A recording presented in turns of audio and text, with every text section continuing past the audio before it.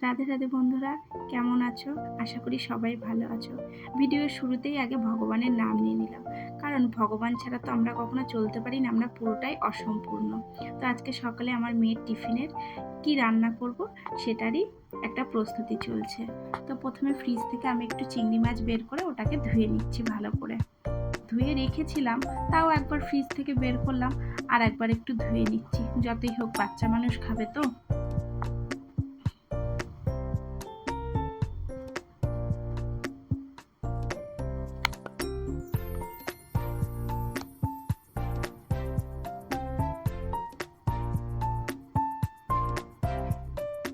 এরপর আমি একটু পেঁয়াজ, একটু কাঁচা লঙ্কা আর একটু রসুন ভালো করে ছাড়িয়ে কেটে নিলাম ছোট ছোট করে।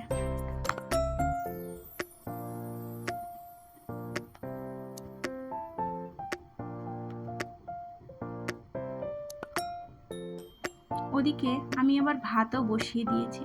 আমার মেয়েকে না আমি সকালবেলা একটু ভাত খাইয়ে পাঠাই, কেননা ওদের স্কুল টাইমটা না অনেকটা টাইম, সেই সকালবেলায় যায় আর বাড়ি ফিরতে ফিরতে 4টে বেজে যায়।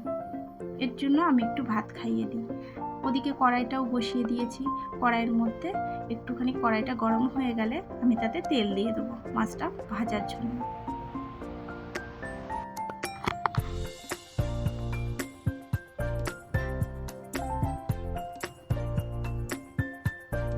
এবার চিংড়ি মাছগুলো নুন হলুদ মাখিয়ে রেখেছিলাম, ওগুলোকে দিয়ে দিলাম, দিয়ে ভালো করে নাড়াচাড়া করে নিচ্ছি।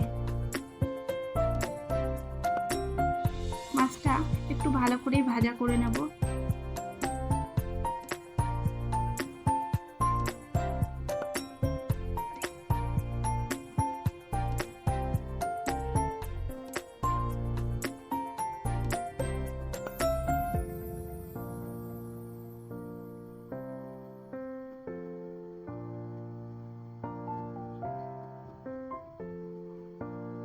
মাছটা প্রায় ভাজা হয়েই এসছে, আর একটু নাড়াচাড়া করে নিচ্ছি। এবার মাছগুলোকে আমি একটা সাইড করে নিলাম, নিয়ে একটু তেল দিয়ে দেবো।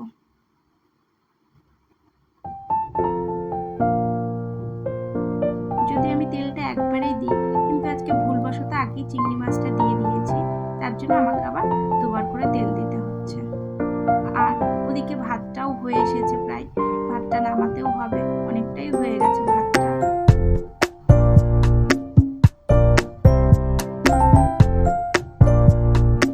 আর জানো তো, এই যে ভাতটা দেখতে পাচ্ছ, এই ভাতটা আমার মেয়ে সকালে টিফিনে খেয়ে যাবে, আর এই ভাতটাই রাত 11টা সাড়ে 11টা পর্যন্ত থাকে, আবার রাতেও আমরা এই ভাতটা খাই।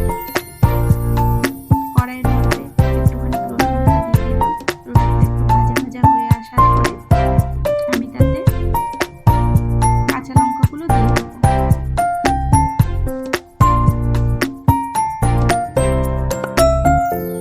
কাঁচা লঙ্কাটা দিয়েও ভালো করে নাড়াচাড়া করে নিচ্ছি।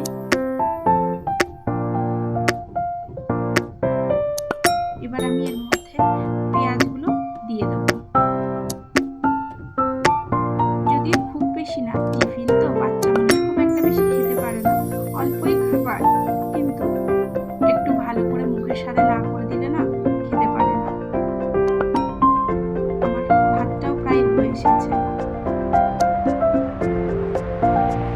এবার আমি সবগুলোকে ভালো করে নাড়াচাড়া করে একটুখানি সস দিয়ে দিলাম, যাতে একটুখানি টক টক একটু মিষ্টি মিষ্টি লাগে, যাতে খেতে ভালো লাগে জিনিসটা।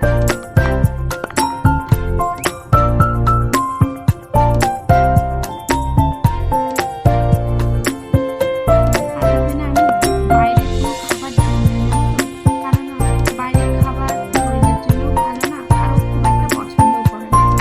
তারপর আমি ভাজাটার মধ্যে একটুখানি ম্যাগি মশলা দিয়ে দিই, যাতে একটুখানি টেস্টটা অন্যরকম আসে। আমি তো এখানে অন্য কোনো মশলা দিইনি।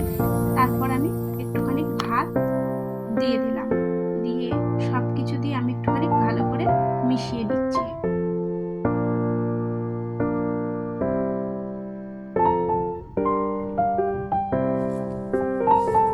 তারপর অল্প একটু লবণ দিয়ে দিলাম।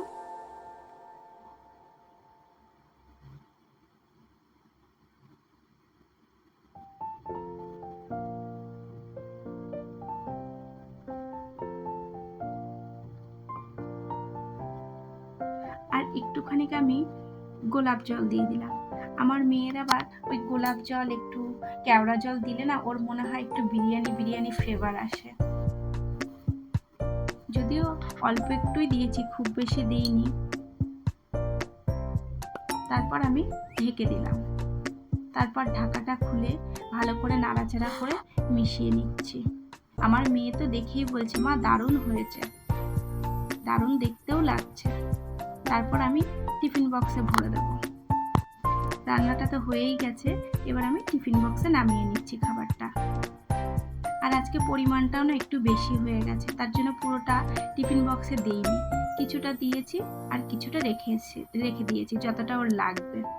আর টিফিন বক্সের মধ্যে কটা আঙ্গুরও দিয়ে দিলাম। ও আঙ্গুরটা খেতে খুব ভালোবাসে, যদিও এটা লাঞ্চে খাবে। সকালে তো একটুখানি ভাত খাইয়েই দিই, আর ওদের লাঞ্চ হয় 12:30টার সময়, তখন লাঞ্চে এই খাবারটা খাবে। ব্যাস, টিফিন বক্স রেডি। আমার ভিডিওটি যদি ভালো লাগে তাহলে একটা লাইক